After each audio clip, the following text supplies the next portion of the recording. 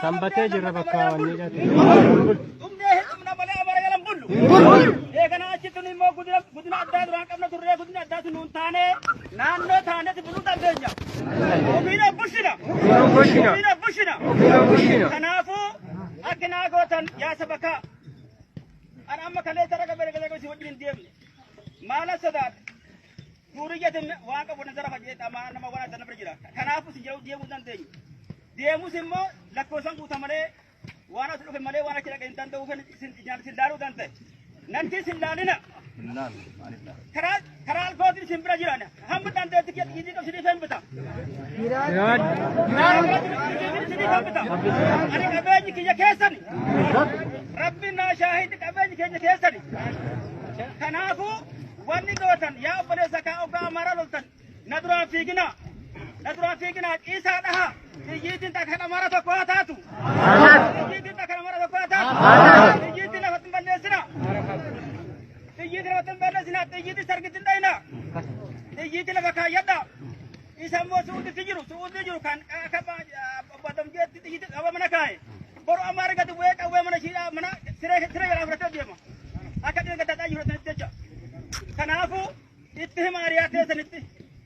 Hiriyaa jaalatoo qaba hiriyaa namoota fudhatu waajoo haa himu obboleessa qaba ilma beeraa qaba haa himuufi qawween golga yaa haa baatu qawween golga la teesse waan takka nuun gootu golga yaa haa baatu kanaafuu akkin isiniin joo yaa obboleeyyanka wanni nuti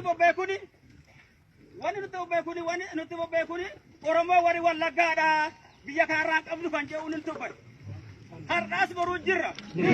Wallagga duwwaan kan dhufin qanu wallagga nuti gale malee asuma jiraanna. Kanaafuu haasaa sitti guddisuu haasaa guddaa sin barbaannu warri xiyyiitiin duraa dhumte xiyyiitii barbaadaan bakka hin beeku naggaadee carqiiti malee naggaadee xiyyiitii barbaadadhaadha. Ani hamma dandeettii sinii bituudha qophiidha. Waan ala jirtu ishiin isaa baankii dhimma namni ishee ala jirtu isiisan bitaa qophiidha. Kanaafuu Rabbiin si faa dabalu. Mootummaa maqaan dheeraa mootummaa xiyyiitiin kenne waajjira qabda mootummaa xiyyiitiin kenne kan isin gaafatuna mootummaan qabnu mootummaan naannoo Amaaraatti sun nu gane ishiin sun bakka nuu buusuun qabdu yaasiin sun dara saadha waamumaa osin kanaafuu mootummaa kan nu kenne kanaafuu wanta bal'aadha malee mootummaadhaan ummanni bal'aan kan soodee mootummaa kan hin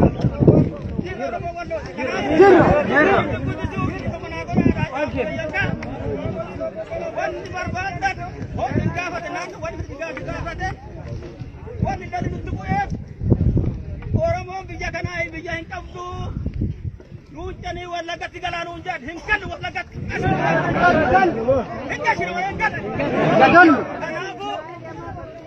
kanaafuu jiraadha biyyi sinaa qusadhaadha obbaaloottan hidhitanidaynaadha biyya silsila qaamsa qabama taajan hin ama wani nasiin jiru asirraa beeta kiristaanii fidna beeta kiristaanii haa taa'u akkuma asiin isaaniitti haa taa'u hoo isaan ijoollee tuxxalee akkasumas gora beeta kiristaanii tuqamin jaarsi amaaraan tuqamin namni nu dhala nama waraanaati nama qawwee qabu raaha kanaafuu injifannoo teenya warraatti bilisoomna